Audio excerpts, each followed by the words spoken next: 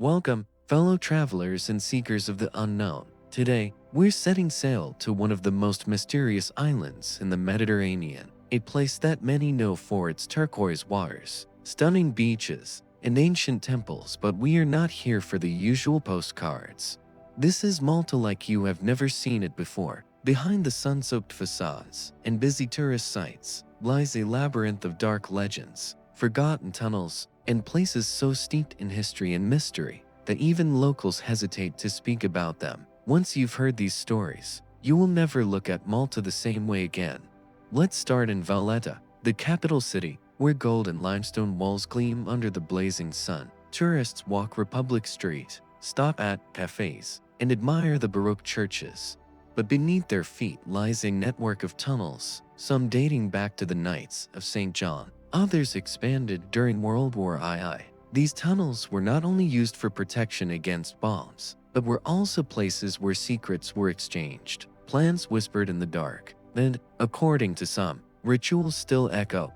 The damp air, the echoes of footsteps, and the feeling that you are never quite alone, it all gives Valletta's underground a strangely occult energy. Malta's secrets do not begin in Valletta. They stretch back thousands of years, long before the Knights, before the Romans, before even the Phoenicians. The island is home to some of the oldest freestanding structures in the entire world. The megalithic temples of Archim, Nidra, and Ultarxene, these sites, older than Stonehenge and the pyramids of Egypt, are shrouded in mystery. Were they places of worship, sites of astronomical observation, or portals to something far more enigmatic? Archaeologists still debate, but one thing is clear: whoever built them had an almost supernatural knowledge of the skies. The alignment of the stones, with the solstices is too precise to be accidental. Standing among those massive blocks, you can feel the weight of time pressing down, as if the earth itself is whispering forgotten prayers. Just outside the village of Paula lies one of Malta's strangest and darkest places, the hypogeum of Alseflini. This underground necropolis, carved into rock around 4000 BC, descends into 3 levels of chambers. It is here that thousands of skeletons were found, lying in silence for millennia. The acoustics of the hypogeum are extraordinary. If you chant or even hum inside, the sound reverberates in a way that seems to vibrate through your very bones. Some researchers believe the builders designed it that way on purpose, to induce altered states of consciousness, to connect the living with the dead. When you stand in the oracle room, you understand why the hypogeum is not just an archaeological wonder, but a portal into another dimension of human experience. Access is limited today, but those lucky enough to enter often leave with goosebumps and a sense of awe they cannot quite explain. Of course, Malta's dark secrets are not all prehistoric. The island's medieval and early modern history is soaked with battles, sieges, and betrayals. The Knights of St. John, who ruled Malta for centuries, left behind not only fortresses and churches, but also legends of hidden treasures and coded symbols. Walk through Mina, the so-called Silent City, and you will notice strange carvings on doors, narrow alleyways that twist like a maze, and sudden dead ends that make you wonder whether the city itself was designed to confuse intruders or perhaps to conceal something. Dinner at night is an experience you will never forget. The streets fall silent, the lanterns flicker, and the entire city feels like a stage set for ghost stories. Locals whisper of phantom carriages, shadowy monks, and figures that vanish as quickly as they appear. Another of Malta's eerie legends is tied to the Clapham Junction cart ruts. These deep grooves in the rock, found near Deanley Cliffs, look like tracks carved by massive wagons, but no one knows who made them or why. Some are so deep that they seem impossible for simple carts. Were they formed by centuries of use? Or do they point to a lost technology, something we can no longer comprehend? Standing at Clapham Junction, surrounded by ruts that lead nowhere, you feel as though you were staring at the remnants of a forgotten civilization. The sight is silent, yet the questions it raises are loud. And then there are Malta's caves. The Gardalum Cave, for example, is famous for its prehistoric bones remains of animals that once roamed the island, like dwarf elephants and hippopotamuses. But for centuries, Locals also believed caves like this were entrances to the underworld. The cool air, the dripping water, the sense of going deeper and deeper into the earth. It's not hard to see why. Even today, venturing into Malta's caves feels like stepping into another realm, one where time moves differently.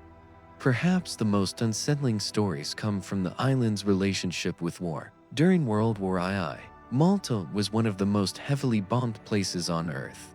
Beneath Valletta, Floriana, and other towns, vast underground shelters were carved out to protect civilians. Yet even in these sanctuaries, strange things were said to happen. People reported hearing voices when no one was there, or feeling a cold presence brush past them in the darkness.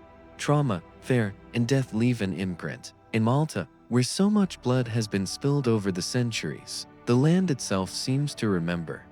Euseo, Malta's smaller sister island, has its own share of mysteries. The Guntinja temples, whose very name means giantess, are among the most ancient religious structures on Earth. Legend says they were built by a giantess, who carried the massive stones on her head while nursing a child. Standing before these megaliths, you cannot help but feel that the story, however mythical, carries a strange kind of truth. Euseo is also known for its caves, especially Calypso's cave, said to be the place where the nymph Calypso held Odysseus captive in Homer's Odyssey. Whether myth or memory, these sites remind us that Malta is woven into the very fabric of the ancient imagination. Even the sea around Malta hides secrets. Shipwrecks lie scattered beneath the waves, Roman galleys, Ottoman vessels, even World War II planes. Divers tell of eerie encounters in these underwater cemeteries, the silence of the deep broken only by the sound of their own breath, statues encrusted with coral staring back with hollow eyes, and the unsettling feeling that something unseen is swimming just beyond the reach of the torchlight. The waters of Malta are as much a graveyard as the land itself. And then there are the stories whispered in villages, the legends that never make it into guidebooks. In some towns, locals still tell of witches who cursed harvests, of healers who used both herbs and incantations, of secret gatherings under the full moon. These tales are part of Malta's folklore, a blend of Mediterranean tradition, Catholic faith, and ancient pagan roots. Walk into a small chapel in a forgotten village, and you may see symbols scratched into the stone, charms meant to ward off evil. They are reminders that for many centuries, the line between religion and superstition was thin. What makes Malta so fascinating is that its beauty and its darkness are inseparable. The same cliffs that draw tourists with breathtaking sunsets were once places of execution, where prisoners were cast into the sea. The same churches that dazzle with gilded altars often stand on sites that were once pagan sanctuaries. Malta is an island of layers, each new conqueror building on top of the old, each generation leaving behind both monuments and mysteries. The deeper you dig, the stranger the island becomes. So, if you come to Malta, don't just stay on the beaches or follow the crowds to the Blue Lagoon. Wander into the narrow alleys of Bergio, where shadows seem to linger longer than they should. Stand alone in the hypogeum and listen to the echo of your own heartbeat. Watch the sun rise at Niagara and imagine ancient priests doing the same thousands of years ago.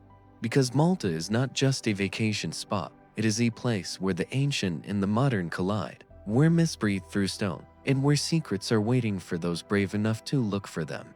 And perhaps the greatest secret of all is this: the more you uncover about Malta, the more you realize how much remains hidden. The island will never give up all its mysteries.